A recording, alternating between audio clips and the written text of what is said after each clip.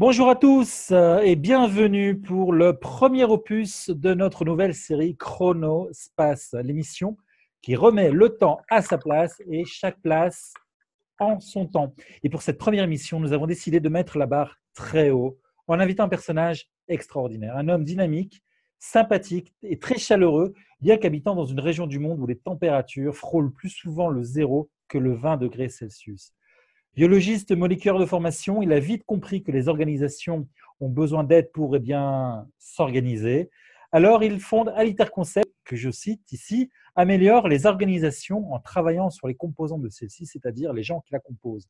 Alors, moi, je n'ai pas tout à fait compris, vous sûrement pas non plus, mais ce n'est pas grave, parce que justement, on a invité François pour nous l'expliquer. Et donc, il a à son actif plus de 15 livres et e-books, plus de 600 articles de blog, ainsi que 8 sites de formation en ligne. Il a participé comme conférencier à de nombreux congrès au Canada et aux États-Unis. J'ai le plaisir donc d'accueillir aujourd'hui François Lavallée.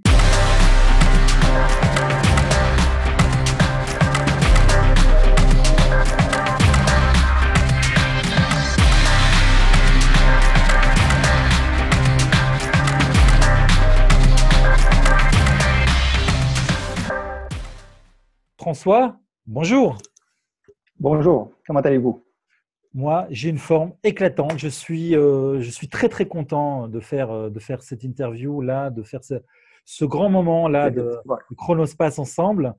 Et d'abord, un grand, grand merci d'avoir répondu présent spontanément pour ce moment-là. Ça fait très plaisir. J'ai une question en commençant. Est-ce qu'on se tutoie ou on se vous voit? Alors, il y a deux écoles. Il y a l'école officielle de la radio qui dit qu'on se vous voit, même quand on se connaît très bien. Et puis, il y a l'école plus on se détend, qui autorise le tutoiement. Moi, j'ai aucun problème avec le tutoiement. Et je pense que, chers téléspectateurs, vous n'aurez aucun problème non plus si on on se vous voit du moment qu'on ne se tue pas. On se vous voit. On se tutoie. On se tutoie. Pas de problème. OK. Voilà. Je vais vous tutoyer. C'est avec quoi tu es vraiment le plus à l'aise? Je pense que… Oui, on va se tutoyer. On va se tutoyer. On fait ça sympathique. OK.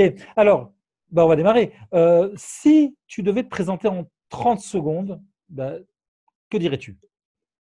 En fait, c'est une bonne question. Quand j'ai lu les propositions de questions que tu m'as envoyées pour bien me préparer, j'ai eu de la difficulté à répondre à certaines, dont celle-là. Me présenter en 30 secondes, j'ai de la misère. Ça fait déjà 29 secondes que je n'ai pas encore réussi à faire. Donc, je te résume. Je dirais que je suis un passionné de la connaissance et un passionné de la réflexion. OK. Ça, c'est un beau slogan. Et alors, donc, tu as été chercheur en biologie moléculaire et aujourd'hui, tu exerces un tout autre métier. Si tu devais définir ce métier en 30 secondes ou en 28, qu'est-ce que tu dirais? En fait, comme biologiste moléculaire, je dois dire que j'ai subi une profonde mutation. Je suis devenu maintenant un biologiste organisationnel, c'est-à-dire j'étudie la vie dans les organisations. Donc, l'étude de la vie, la biologie dans les organisations, tout ça pour aider les gestionnaires à revitaliser leur équipe et leur organisation. OK, ça paraît un peu plus clair. Peut-être que tu nous en diras un petit peu plus dans la suite de cette interview. Et alors, une question peut-être un peu plus personnelle, c'est en quoi ton histoire a été déterminante dans le choix de ton métier actuel? Qu'est-ce qui t'a amené à t'intéresser à la vie au sein de l'organisation? Bon, si on prend en considération que je suis un passionné de la connaissance et de la réflexion, tout ce qui m'amène à mieux réfléchir, mais s'il y a une opportunité qui se présente, je vais la saisir. Puis on dit souvent, quand l'opportunité frappe à la porte, on doit être prêt à l'ouvrir. Alors, j'ai toujours eu ce goût-là de la nouveauté, le goût de l'inconnu. J'ai jamais eu peur d'essayer des nouvelles choses. Alors, quand il y avait une opportunité, je la saisissais. Donc, j'ai démissionné à chaque fois d'un emploi intéressant pour aller vers un emploi plus intéressant, à une exception près. Cette exception-là, c'est en 1994, donc il y a 25 ans, quand j'ai soudainement dû faire face au chômage, parce que le mandat dans lequel je travaillais a été complètement terminé à l'intérieur d'une semaine. On m'a dit, c'est fini. Alors, qu'est-ce que tu fais? Eh bien, je me suis retourné, puis j'ai décidé de passer un été merveilleux avec mon fils, plutôt que de chercher comme un fou un emploi. Je me suis dit, ça ne reviendra jamais d'être seul avec mon fils de 3 ans. Et j'ai fait confiance à l'univers, puis l'opportunité a frappé une autre fois et je l'ai saisi. Cette fois-ci, c'est à ce moment-là que je suis passé de biologiste moléculaire à biologiste organisationnel sous la forme d'un superviseur de production dans l'industrie manufacturière pharmaceutique. C'est en 94, il y a 25 ans cette année. C'est une belle histoire en tout cas de développement personnel parce que on aurait pu se dire, tout d'un coup on apprend la nouvelle du chômage, ça y est, le monde s'écroule parce qu'en plus c'était le travail qu'on attendait à fond. Puis finalement ça s'écroule. Tu as su prendre l'événement et su faire confiance au processus, comme on dit, de façon parfaite. Et tu penses que c'est parce que tu as fait confiance, parce que tu as choisi d'affronter on va dire la petite contrariété et ne pas en faire une montagne et de tourner en boucle. Tu penses que c'est pour ça en fait que tu es devenu aujourd'hui l'homme que tu es. Alors je sais que c'est pas une question qui était préparée, mais c'est pas grave parce que c'est en cours. Mais je vais faire semblant d'y répondre adéquatement. Voilà. Donc comme on a préparé, donc est-ce que tu penses que cet événement-là oui. Voilà, parce que oui, en fait, devenir superviseur de production pharmaceutique, j'ai pu, en fait, on a accepté de me choisir à cette époque-là parce que j'avais ce background-là scientifique. L'industrie pharmaceutique étant ce qu'elle est, qui est très normée, réglementée, le patron de l'époque était impressionné par mon background scientifique. En rétrospective, c'était pas de ça que j'avais besoin, honnêtement. Ça m'a fait cheminer beaucoup du côté scientifique vers un côté plus de la gestion humaine. C'est pour ça que je dis que c'est vraiment l'élément qui m'a fait balancer de biologisme moléculaire à biologisme organisationnel, bien qu'il y a 25 ans, je ne me suis pas rendu compte de cette transformation-là. Je dirais que c'est tout récent que j'ai réalisé que, dans le fond, ce que je fais depuis que je suis sur le marché du travail, c'est d'étudier la vie dans les organisations, d'essayer de réfléchir à ces méthodes de gestion séculaires et éculées qui sont encore véhiculés dans la plupart des organisations. Alors, juste moi, une question qui me turlupine. Biologiste organisationnel, c'est un mot que tu as inventé. Oui, tout à fait. C'est un néologisme. Oh, c'est très bien, parce que ça, c'est un peu ta marque de fabrique comme ça. C'est ça. Si tu avais une baguette magique pour changer quelque chose là, dans ce que tu as fait, dans le monde sur lequel tu agis, tu ferais quoi là? Aujourd'hui, je te dis, tu mets un chapeau de magicien, je te donne la baguette magique, tu fais quelque chose, tu ferais quoi? Ouais, en fait, si j'avais une baguette magique, j'en ferais apparaître plusieurs autres baguettes magiques. Ah oui. Ah oui, puis en fait, si tu me permets 30 secondes, je vais aller chercher quelque chose juste pour t'impressionner, ça ne sera pas long. Vas-y. Waouh. Est-ce que tu vois ce que j'ai entre les mains? Alors, ça ressemble à des vieilles étiquettes de pharmaciens, c'est des vieux grimoires comme ça. Est-ce que je me trompe? Oui. Maintenant, je vais te montrer ce qu'il y a dans chacune de ces dépotoirs comme celle-ci. Je ne sais pas si tu as écouté les films de Harry Potter. Oui. Alors, voici, c'est des baguettes magiques. Alors, je tiens quand même à préciser pour les gens qui nous regardent que ce n'était pas du tout prévu.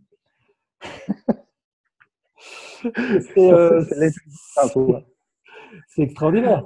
Tu collectionnes les vraies fausses baguettes magiques. Raconte-moi, parce que là, il faut que tu m'en racontes plus. Là, il faut que tu nous expliques. Les vraies fausses baguettes magiques, c'est exactement ça. En fait, cette année, je disais que je pouvais, que si j'avais une baguette magique, j'en achèterais des baguettes magiques. Et cette année, j'ai acheté des baguettes magiques justement pour que mes clients fassent de la magie dans leur organisation et revitalisent l'organisation.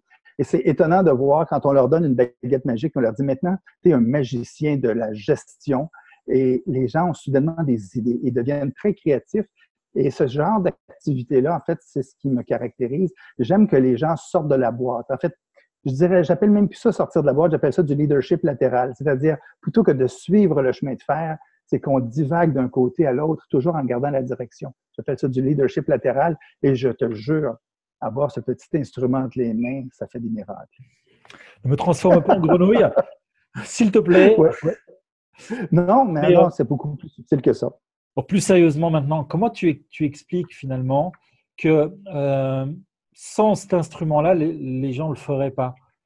On rigole un petit peu tout ça, ça paraît un peu léger, mais derrière ça, il y a un grand message. Non, c'est pas léger du tout, en fait. Quand on a… Tu sais, tu me demandais si j'avais une baguette magique, qu'est-ce que je changerais? Moi, personnellement, je ne changerais rien. Les expériences que j'ai vécues dans ma vie, j'ai probablement été très fortuné, très chanceux. Je ne regrette rien, je ne changerai rien. Chacune des étapes m'a fait progresser. Maintenant, quand on donne à des personnes un instrument comme celui-là et on leur dit « Voici, tu n'as aucune limite. Qu'est-ce que tu ferais avec ça si tu n'avais aucune limite? » soudainement, le cerveau se libère. Soudainement, on pense à des choses qu'on n'aurait pas osé imaginer, des projets qu'on n'aurait pas osé initier, des conversations qu'on n'aurait pas osé avoir. Et puis, on se donne la liberté de réfléchir totalement librement. Et une fois que cette liste de souhaits a été écrite, on se rend compte qu'il y a des choses qu'on peut réaliser. Et ça fait partie de ma pratique, d'augmenter le courage chez les gens, d'augmenter leur volonté de faire les choses et aussi d'augmenter leur ouverture aux opportunités. Et la baguette, moi, je trouve ça un outil extraordinaire. Je suis un fan fini de Harry Potter. Alors, ça aide aussi. Et je te jure, j'en ai acheté des dizaines et des dizaines et je les distribue librement à mes clients. Et à chaque fois, il y a de la magie qui explose. C'est très sympa. En tout cas, c'est une très belle façon de faire transposer le message, transmettre le message. Et bon, et à chacun d'entre nous de retenir finalement de ne pas attendre que quelqu'un donne une baguette magique pour pouvoir se réaliser un maximum et de trouver sa propre baguette magique, son propre déclencheur qui va faire qu'on se réalise entièrement finalement. En effet. En effet. Pardon. Alors, on va parler un petit peu de la gestion du temps. Tu as écrit le livre « Oubliez la gestion du temps, gérer vos priorités », n'est-ce pas? Oui. Alors, en fait, oui, ça c'est mon dernier. Ok. Alors, quelle est ta définition du temps? Ça, c'est encore une de ces questions difficiles à répondre.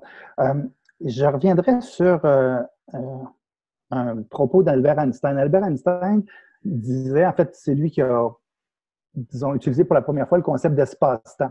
Alors, je reviens sur ce concept-là. Le concept d'espace, on le comprend bien. Il y a 3 dimensions, on est capable de contrôler notre espace. Le concept du temps, on le comprend moins bien, cette espèce de 4e dimension. Alors, moi, je dis, on peut contrôler notre espace, on ne contrôle pas notre temps. Alors, le temps, il s'écoule à la même vitesse pour tout le monde. C'est une espèce de dénominateur commun. Bon, ce n'est pas vraiment une définition en passant. Ben, je dirais que le temps, c'est un concept qui est élastique, mais qui est inflexible dans son application. Il s'écoule à la même vitesse, je le répète. Donc, on ne peut pas le contrôler. D'ailleurs, si on regarde le titre de mon livre, c'est « Cessez de gérer le temps, essayez de gérer vos priorités ». Ouais. Alors, j'essaye même pas. Donc, c'est-à-dire que si je veux résumer un petit peu, ça veut dire que c'est tellement abstrait que ça sert presque à rien. C'est ça que tu veux dire? Ben moi, j'ai cessé. Le titre a été vraiment inspiré pour ça. J'ai vraiment cessé d'essayer de gérer le temps. Alors, l'idée là-dedans, c'est si le temps ne se gère pas, qu'est-ce qu'on peut gérer? Ben, on peut gérer la façon dont on l'utilise. Mais le temps lui-même ne peut pas se gérer. Alors, je disais vraiment, les conseils express pour gérer son temps, ça serait, premièrement, reliser le titre de mon livre attentivement. Je le répète, cessez de gérer le temps, gérer vos priorités. Puis, le conseil numéro 2 que je donnerais à tout le monde, ça serait relisez le conseil numéro 1.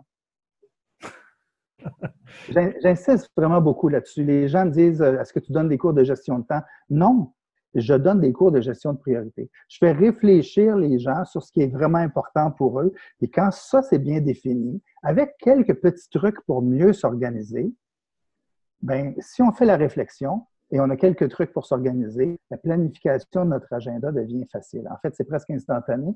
Je te dirais depuis quelques années, sur une période de 8 heures en classe, quand les gens veulent des trucs de gestion du temps, je parle de réflexion, je parle d'organisation, et à la fin du cours, quand c'est le temps de parler de planification, ben je leur dis, écoutez, lisez la section 2 dans le livre, lisez le chapitre 4 dans tel autre e-book, puis ça va être suffisant.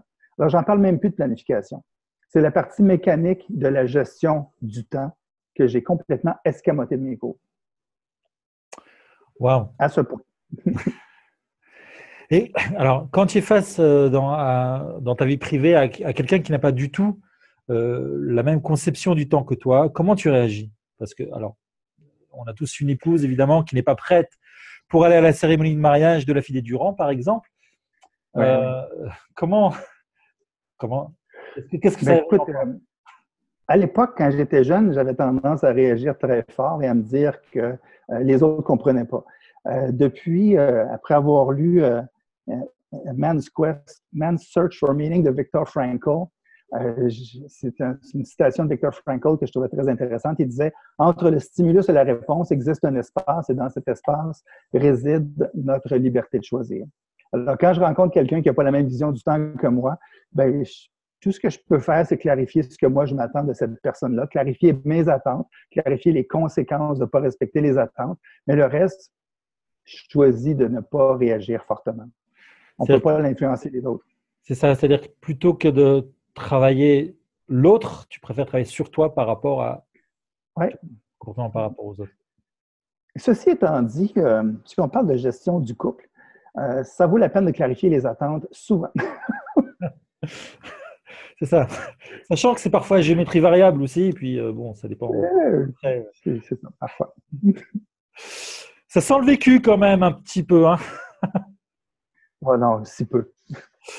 Alors, agenda papier versus agenda électronique. Quoi? Ouais. Mon avis, tout le monde, oui. Ben, les gens qui me connaissent pourront en témoigner. Je suis un technophile. J'adore mon iPhone, j'adore mon iPad, j'adore mes ordinateurs.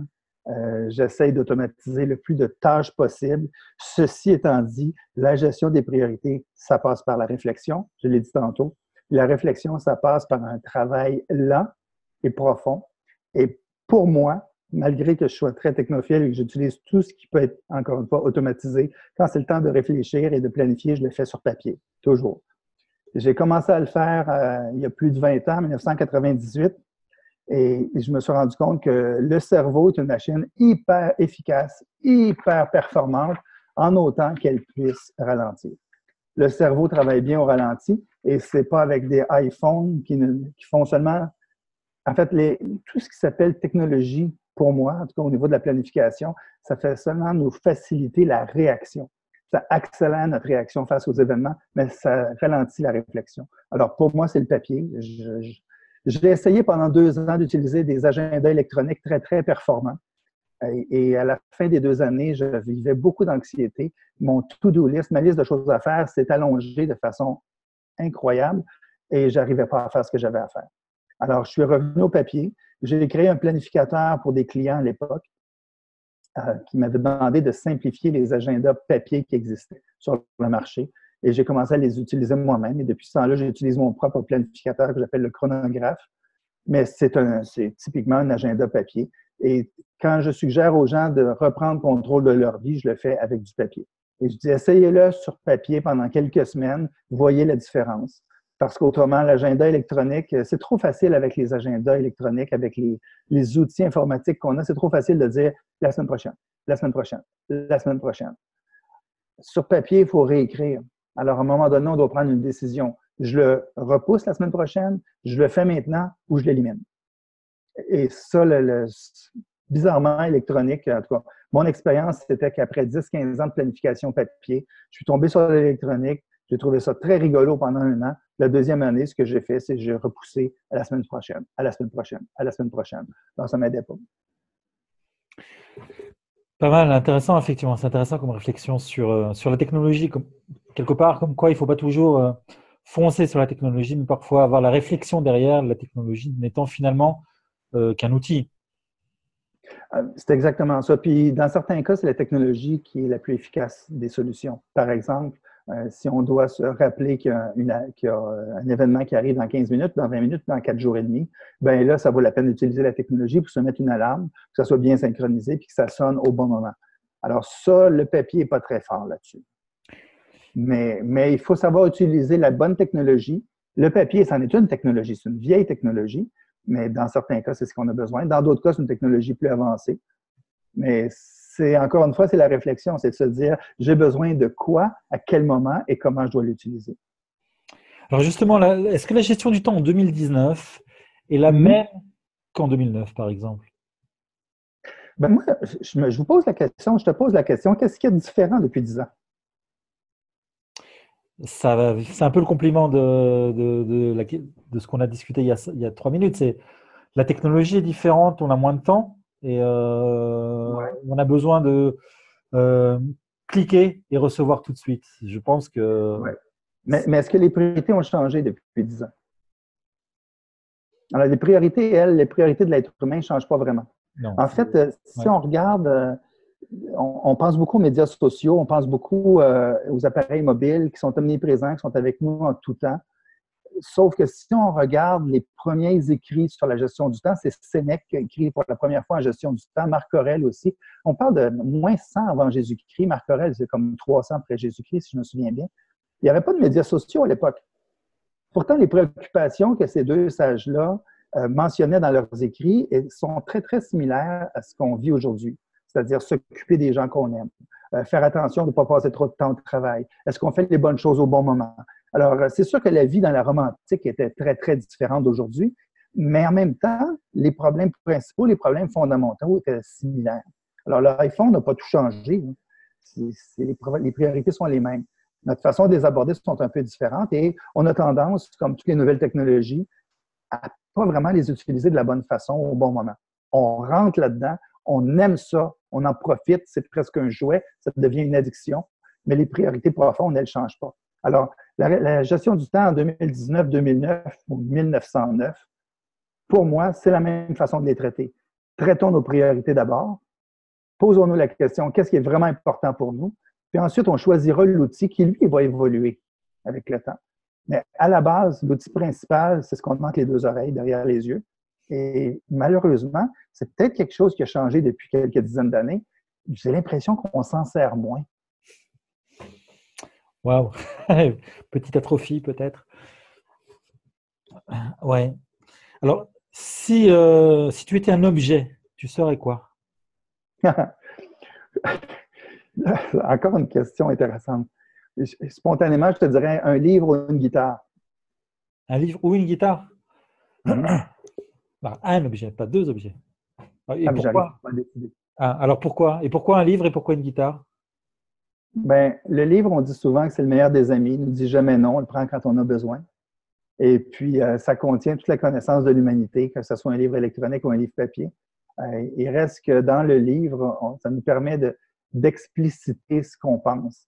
Il y a un sage américain qui disait « On pense toujours plus que ce qu'on écrit. » Non, on pense toujours plus. On pense davantage que ce qu'on peut dire et on peut en dire davantage que ce qu'on peut écrire. Donc, le livre, c'est comme une synthèse de ce qu'on pense.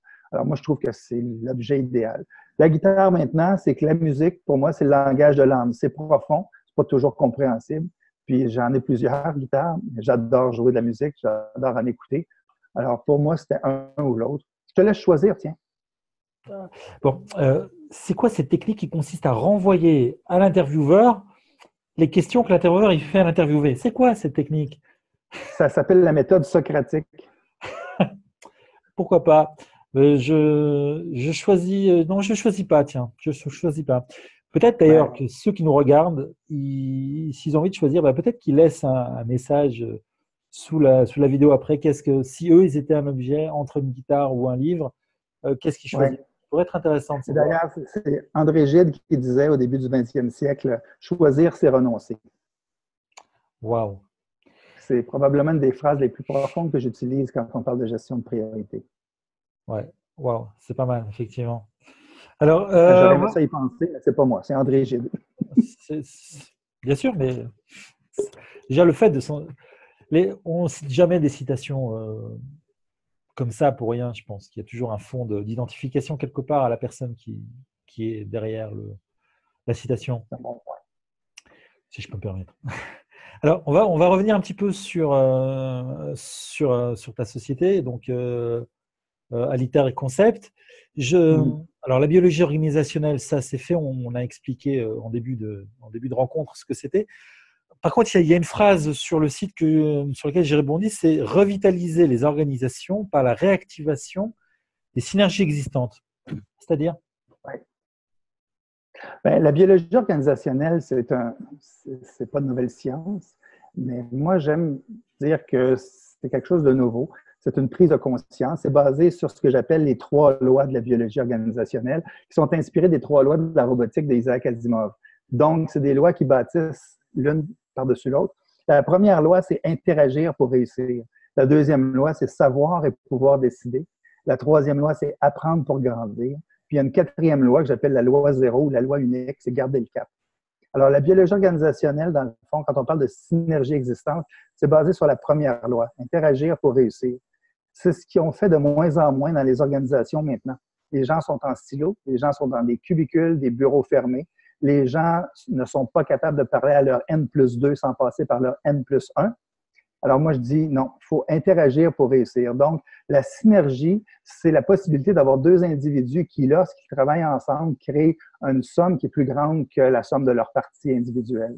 Alors, quand je dis revitaliser l'énergie, revitaliser l'organisation, c'est d'aller chercher ces synergies-là qui sont existantes, mais les redécouvrir pour que toute l'organisation en bénéficie, puis que ces synergies-là soient maintenant utilisées à bon escient. C'est le fameux 1 + 1 = 3. Oui, en fait, c'est 1 + 1 = 5,46999. Ah, je me disais aussi. Au moins. Au moins, au carré. Et ça paraît tellement de bon sens, en fait. Hein, quand on discute ça, quand je t'écoute, je me dis, mais c'est presque comme disait le vieux feuilleton, bon sang, mais c'est bien sûr, ça paraît tellement trivial. Ben oui. En fait, si on regarde, j'appelle ça de la biologie organisationnelle, la biologie, la science de la vie. Si on regarde la vie en général, la vie animale, la collaboration est présente partout dans le règne animal, même dans le règne végétal.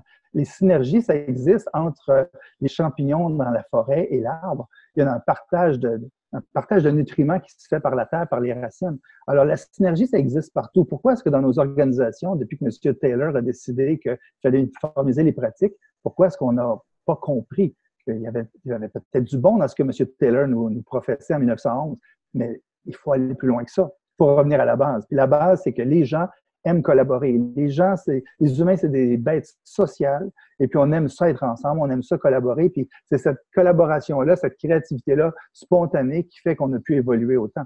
C'est pas en restant isolé dans nos silos administratifs ou corporatifs.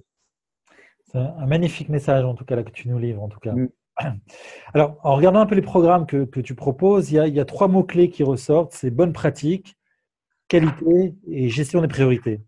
Quel serait ce fil rouge qui relierait ces 3 aspects et pourquoi? C'est l'humain. C'est toujours l'humain. L'humain est complexe, l'humain est fascinant. D'ailleurs, c'est Joël de René qui disait qu'il ne faut pas seulement travailler sur les éléments du système, mais il faut surtout travailler sur les interactions avec les éléments du système. Donc, je reviens toujours à cette première loi-là qui est interagir pour réussir. Alors, que ce soit en gestion de la qualité, que ce soit en gestion des priorités. La gestion des priorités, c'est quoi? C'est l'humain qui décide de bien gérer sa façon d'interagir avec les autres parce qu'ultimement, c'est tout ce qui nous reste. C'est les interactions avec les gens. Il y a d'ailleurs une étude longitudinale qui a été faite, je crois que c'est à l'Université Harvard aux États-Unis, pendant plus de 60 ans, où ils ont suivi des diplômés d'Harvard pendant 60 ans pour savoir lesquels avaient une vie la plus heureuse ou la vie avec le plus de succès. Et tous ceux qui ont eu le plus de succès ou qui ont eu des vies les plus heureuses, c'est à cause de leurs relations, les relations interpersonnelles. Donc, quand je dis interagir pour réussir, c'est vraiment la base de tout. Donc, que ce soit en gestion des qualités, en gestion de priorité, en bonne pratique de fabrication, c'est toujours la même chose. Le fil conducteur, c'est l'humain et c'est malheureusement celui qu'on néglige le plus. On achète des nouvelles machines, on améliore nos technologies. L'humain, lui, s'adapte plus ou moins bien là-dedans, mais si on le néglige, quelle que soit l'amélioration qu'on essaie de mettre en place, ça tombe à rien. Waouh, c'est un beau message. Effectivement, l'humain, en fait, l'humain et les humains. Donc, oui, c'est ça. C'est magnifique. Alors, parlez-nous un peu, parle-nous un petit peu des capsules chronomètres. Avec chronomètre, alors, on appelle ça, c'est chronomètre, M-A-I, accent circonflexe, T-R-E, évidemment. Oui. En fait, c'est des capsules vidéo que j'ai réalisées pour répondre à un défi qu'un collègue m'avait lancé. Comme tu as mentionné plus tôt, j'ai écrit plus de 600 articles sur mon blog, pas tous sur la gestion du temps, mais ils ont un point commun, c'est qu'ils sont tous assez longs. Au début, c'était 800, 900 mots. Maintenant, c'est 1500, 2000, 3000 mots. Alors, c'est des chapitres que j'écris. Je ne peux pas m'empêcher. Quand je commence, je dois finir.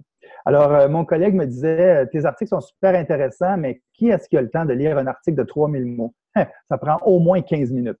Ben, il m'a dit, pourquoi tu ne fais pas des vidéos? Et ça, on remonte quand même à quelques années. Et puis, YouTube était quand même déjà très populaire et c'était l'exemple qu'il me donnait.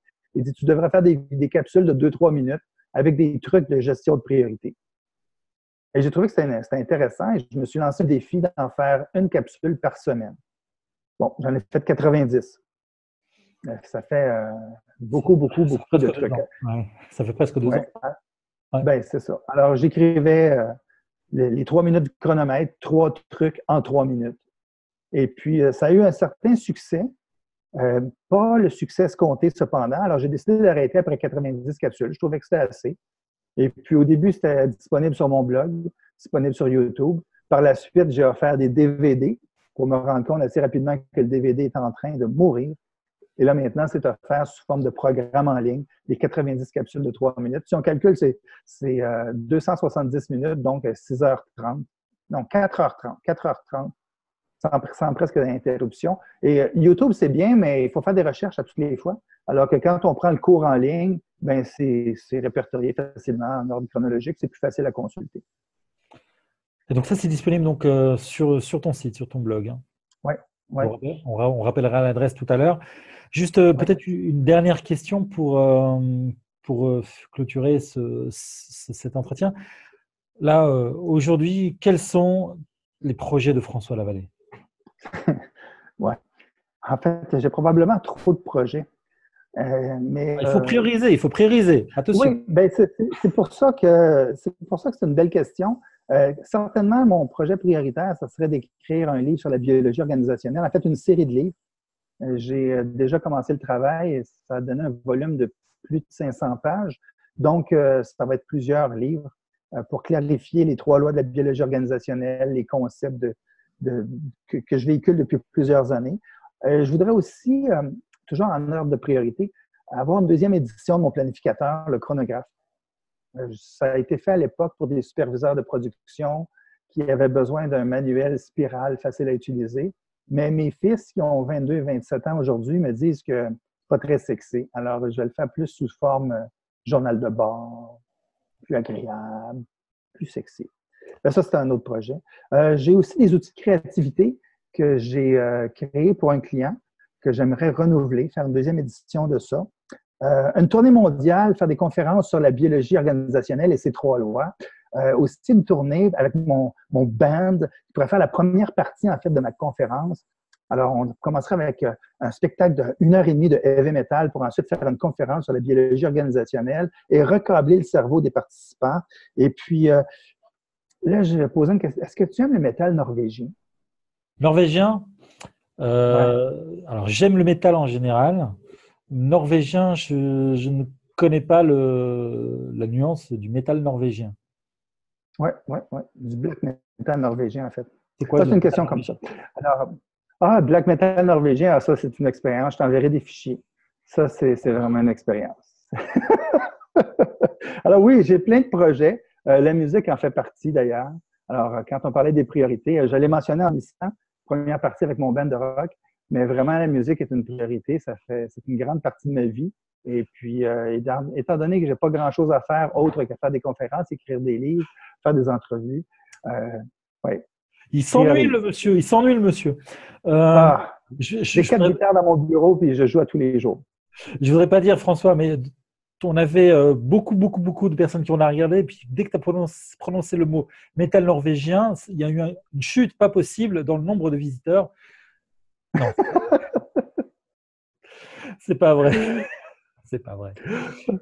Par contre, à titre, ce serait assez intéressant de savoir, peut-être dans le cadre d'une autre vidéo ou quoi, d'un bonus qui apparaîtra plus tard dans cette série d'émissions, d'avoir quelques morceaux de François Lavallée et son groupe de band métal norvégien.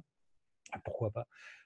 Ça pourrait être un bonus. Je ne sais pas si les gens prendraient ça comme un bonus ou un malus, j'en sais pas encore.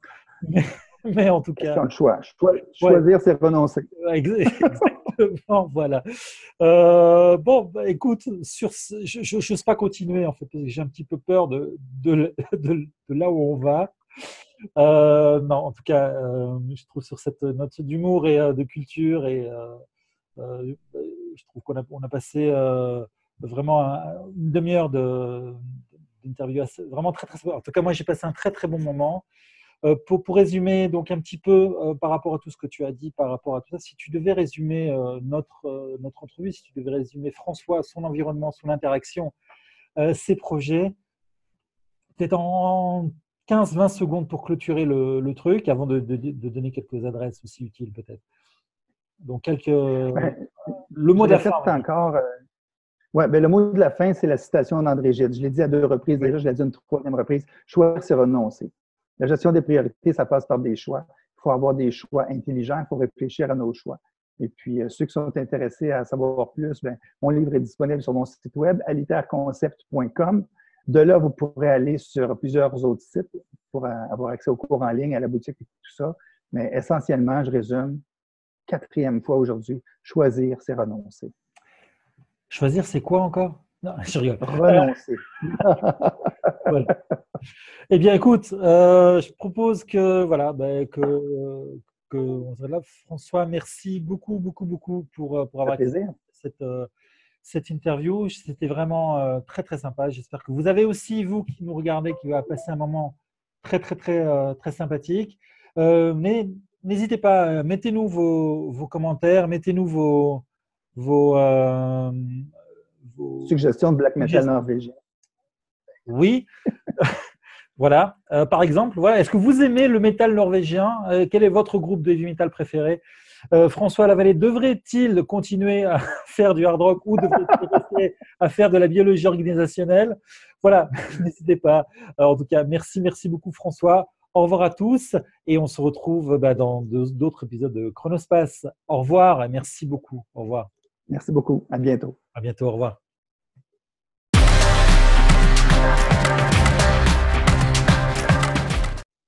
Chronospace, l'émission qui remet le temps à sa place.